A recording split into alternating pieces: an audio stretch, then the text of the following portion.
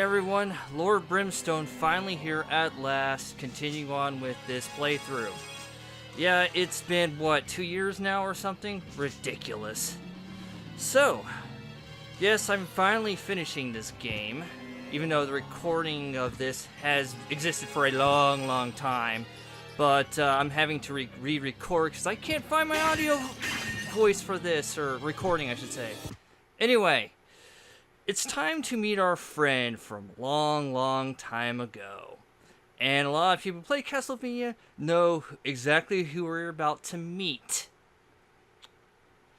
Oh, hello!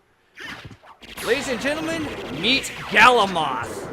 I've seen this guy since Kid Dracula, and this guy has, well, lost a bunch of weight and has just gained levels in badass. Or dick fuckery, whatever you want to call it. So his principal attacks, lightning strikes from the heavens, and one of the best ways I find is using the mist, although there are other ways. He's got this lightning attack, charge. This is the first of the Castlevania super bosses, optional super bosses. And here's that dark spear attack. This one hurts like hell. Also, by mistake, yeah, Galamoth is totally immune to Time Stopper, which I don't know why I took in the first place. Oh well. Oh yes, and he will whack you with this stick and also kick you if you ain't careful. So, yes, this guy is a legitimate threat, in the sense that he's more powerful than Dracula, the final boss of this game. However, this guy has the problem of being broken by various ways. I'm not going to do that here. I'm going to show a legitimate fight against this guy, using whatever I can, using fireballs. I tend to use the fog to escape the dark sphere, or the electrical attack.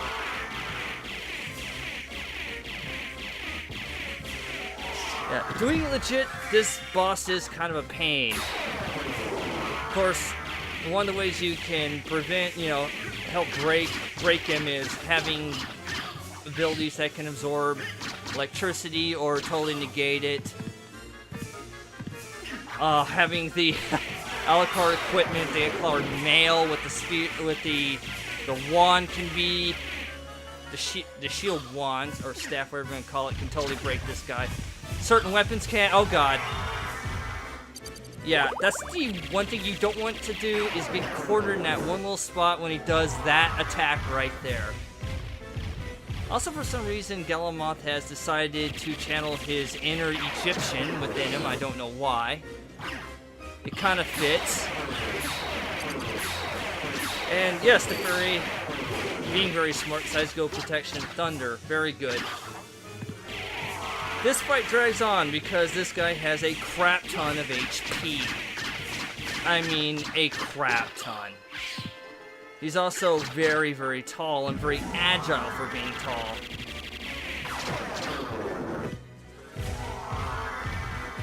So yeah, like I said, we haven't seen this guy since the Kid Dracula days.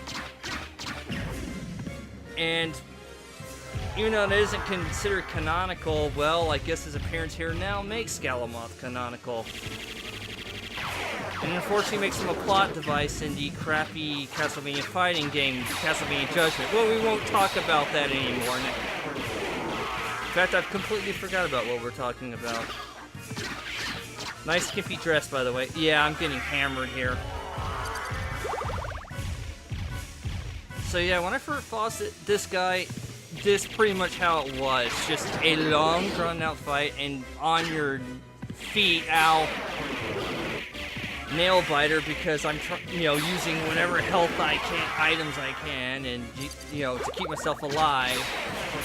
And the problem is, he's got attacks that, if you ain't careful, will just kill you just like that. In particular, that dark spear attack. But he seems consistent on wanting to electrocute me to death. So I'm just going to attack his Achilles tendon here. Yeah.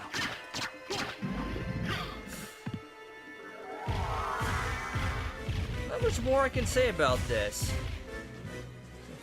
Actually, I can't tell if he's playing Egyptian or if he's channeling the inner Uganda in him.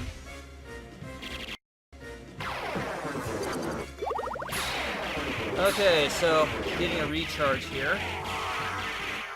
Or trying to. There we go. Okay. Back to fighting this guy. Yeah, I remember I tried to keep the menu system down to a minimum because I realized how boring that can be, but unfortunately I couldn't find the right items, and yeah, that happened. Come on, more of that dark sphere attack. This guy just will not die. Come on, just die. Apparently he wants to swat me like Fly. Yeah, this guy legitimately wants to kill me really, really bad. Oh yeah, and he can do that from behind too, that dark sphere attack.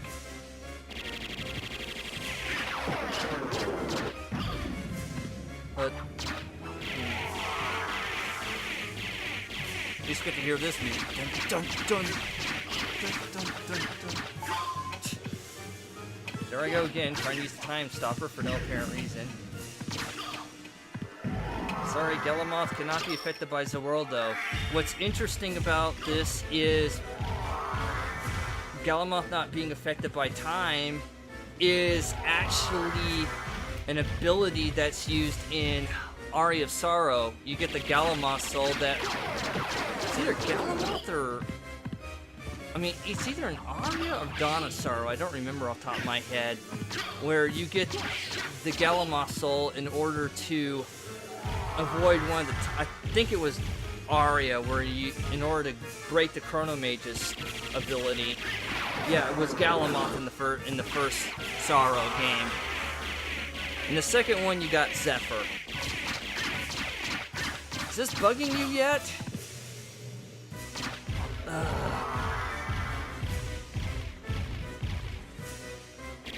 Yeah, this fight drags on. I remember this fight drags on.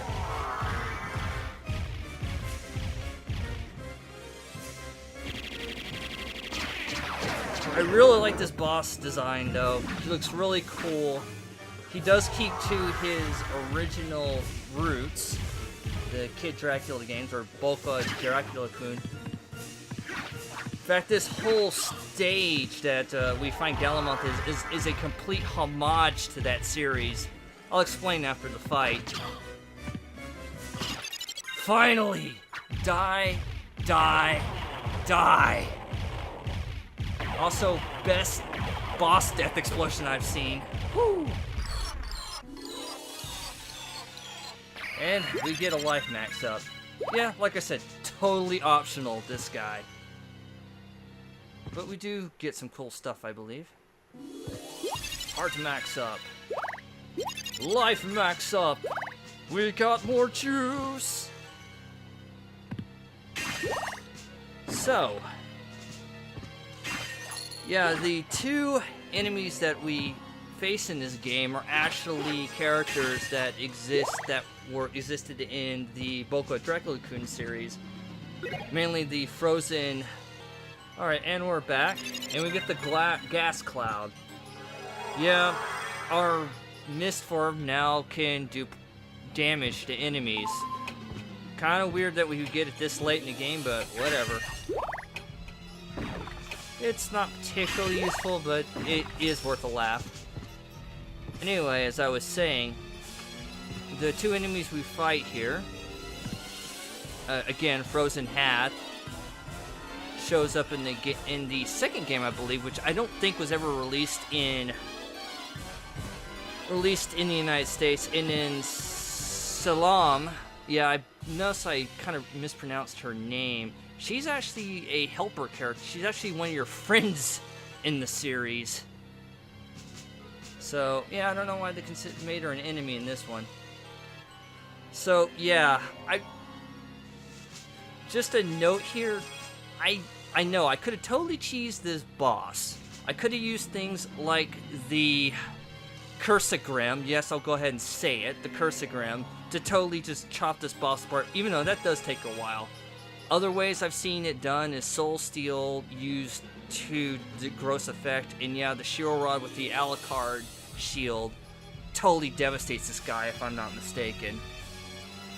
And of course, there's ways to totally negate all of his attacks and make a complete joke. But like I said, this game has a bad habit of having weapons that totally breaks this guy, breaks the game. But I just wanted to show that how tough this guy was if you weren't trying to break the game, or those sort of things didn't exist, or if you were playing this for the first time. So yeah. Anyway, let's finally continue on, shall we? So, with that done, let's go ahead and head back to the center of the inverted castle. Well, after I do some saving. Okay, so I did a little pause and kind of did some research as we continue on here. So yeah, Frozen Half was in Boku Dracula-kun, and the name is a reference to New Half, which is the Japanese term for basically, yeah, transgender, a male, biological male who taken female characteristics, aka sex change operation. Yeah. Yes, was a direct servant to Galamoth and all of that. And it was a high spirit in the game too, and yeah. Skeletons.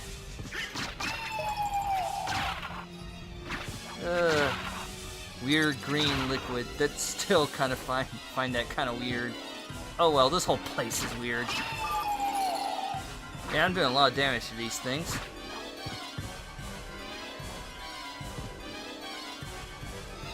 Okay. Whoa, forgot about the red blood skeleton room.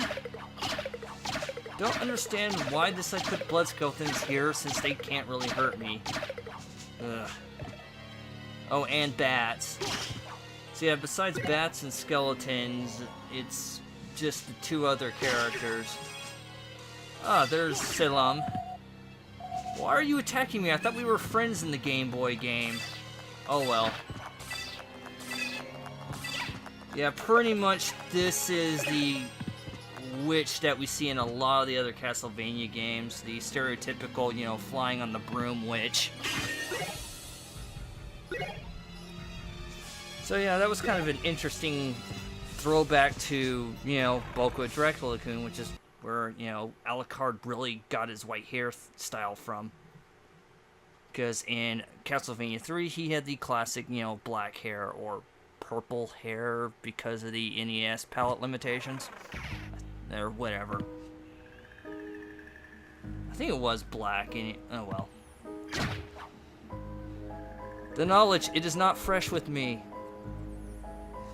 So here we are back here. So yeah, we are going to make our way now to the center of the inverted castle and finally put an end to this, as Alucard would say. Yeah, these things really are no threats to me now. So yeah, I gotta go all the way from up there to down below. Corpse weeds, thorn weeds, unes, whatever you want to call them.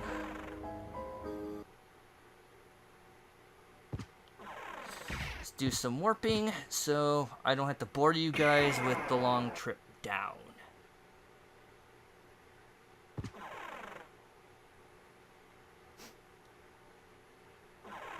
And it is foggy here in the reverse outer wall, or whatever.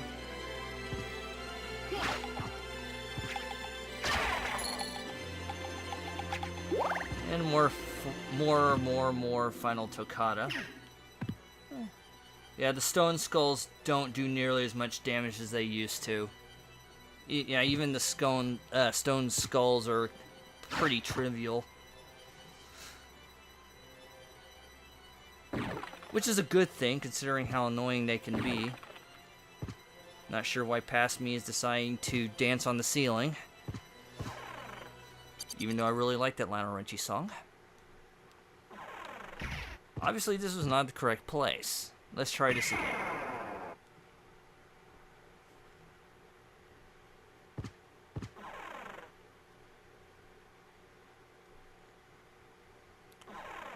I think this... no.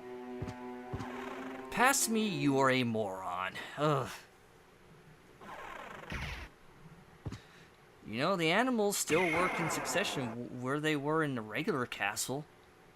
Okay, yeah, I think Pan the Goat God is the best place we want to go.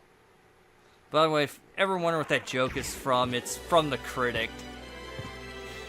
Duke. Duke's one of my favorite crazy characters from that show. Oh, look, Cthulhu, Malachi and Ghost Dancers. Whew.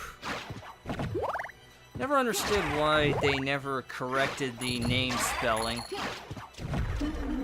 Because I know in Dinosaur they have both Malachi's and Cthulhu's, and they're still got their names mixed up.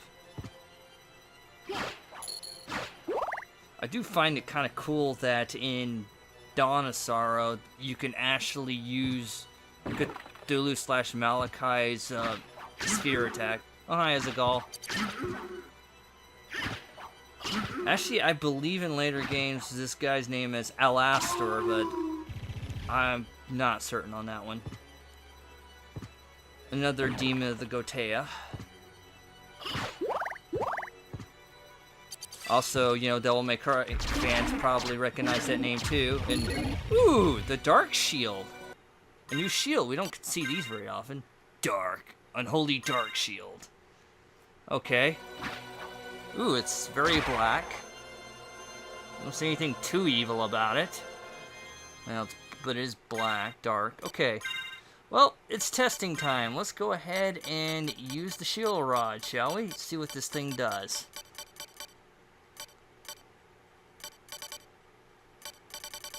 If I can find the shield. There we go. Extra effective with shield.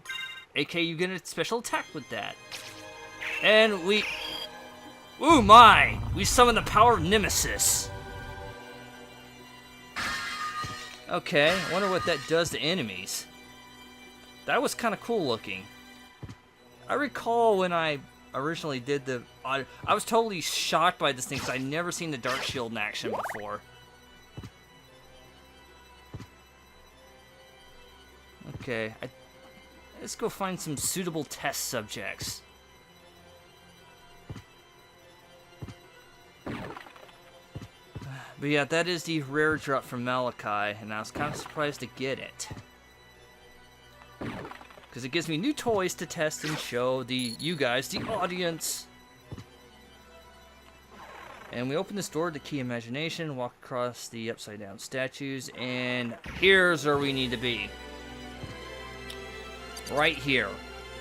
So, when you have all 5 of Dracula's treasures, which I won't show yet, because I want to demonstrate... ah, the Guardian, aka Final Guards. Let's see how you handle power... oh my goodness!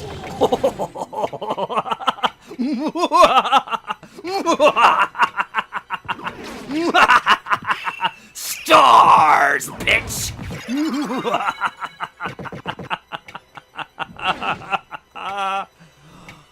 Wow, I feel good about myself. That was awesome. I wonder if Dark Shield does a number on Galamoth. Oh well. Let's go ahead and go back to what we were doing. Okay. So, with the 5 treasures of Dracula, you stand over here. And once again, the clock does its weird thing.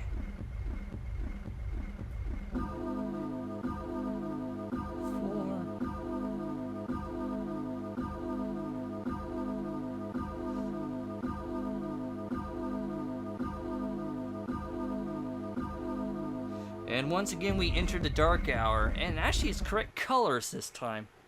Well, if you guys played Persona 3. So, yeah. Oh yeah, so, ooh, wow, okay, the Guardian still can hurt us, that's good to know.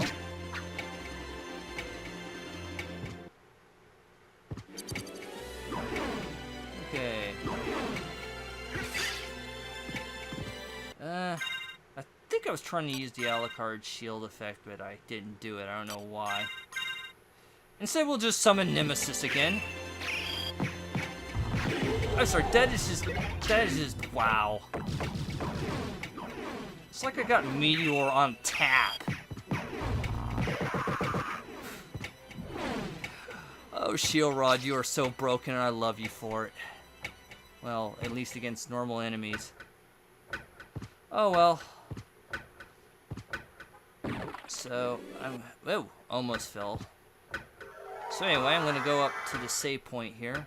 And I'm going to call it here. And next time we will go fight well, most likely Chef, and then Dracula, our own Dark Father himself. So until then, this is Lord Brimstone. Until then.